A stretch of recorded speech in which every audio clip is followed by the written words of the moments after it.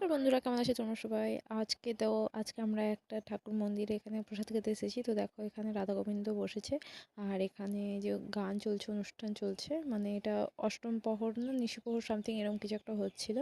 তো আমরা কিছুক্ষণ এটা দাঁড়িয়ে দেখার পরে ঠাকুর প্রণাম করে তো চলো আমরা এখন খাওয়ার দিকে যাই। তো এখানে পাতা দিয়ে দিয়েছে দেখতেই পাচ্ছ, আর ওখানে আমাদের ফ্যামিলি সবাই বসেছে এই যে, আর সবাই বসেছে এই যে, জল দিয়ে দিল এখানে। তো এখানে এবার ঠাকুর প্রসাদ দিয়ে দিয়েছে রাধা গোবিন্দের, হ্যাঁ, রাধা আর কৃষ্ণের। আর এখানে এই যে দেখো, এখানে বেগুনি দিয়েছে, আর পোলাও দিয়েছে, আর হচ্ছে এখানে পনির পনির ছিল।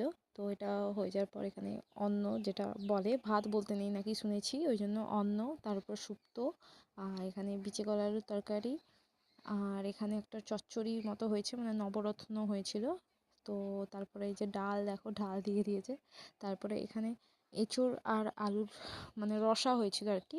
বেসিক্যালি আমরা ফুলকপি আলুর রসাটা জানতাম, বাট এখানে এঁচোড় আলুর রসাটা হয়েছে। তো এই দেখো আমাদের খাওয়া এখানে কমপ্লিট। এখানে চাটনি দিয়ে দিয়েছে, আর এই যে এবার পায়েস এসছে। তো ক্যাটারিংয়ের যে যারা হচ্ছে ক্যাটারিংয়ের দায়িত্ব ছিল, তো তারা আমাদেরকে খুব ভালো করে চিনতো। তো সেখানে আমাদেরকে এক চামচের পরিবর্তে 2 চামচ করে পায়েস দিয়েছে সবাইকে, মানে বাড়ির সবাইকে।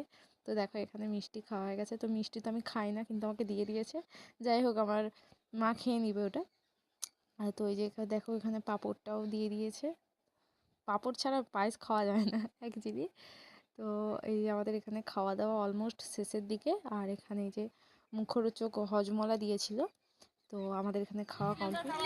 খুব ভালো আর রান্নাই সুন্দর হয়েছে। হ্যাঁ, এই তোমার কেমন লেগেছে? তোমার রান্না কেমন লেগেছে? খুব সুন্দর হয়েছে, কিন্তু ঝাল হয়েছে। আমি তো ঝাল খেতে পারি না। হ্যাঁ, একটুখানি পায়েস খেলাম, চাটনি খেলাম। ভিডিওটা ভালো লাগলে লাইক করে দিও একটা। সবাই ভালো থেকো। বাড়ি যাওয়া যাক। টাটা, বাড়ি যাচ্ছি। আমরা দেখতে থাকুন, শেয়ার করুন। তাই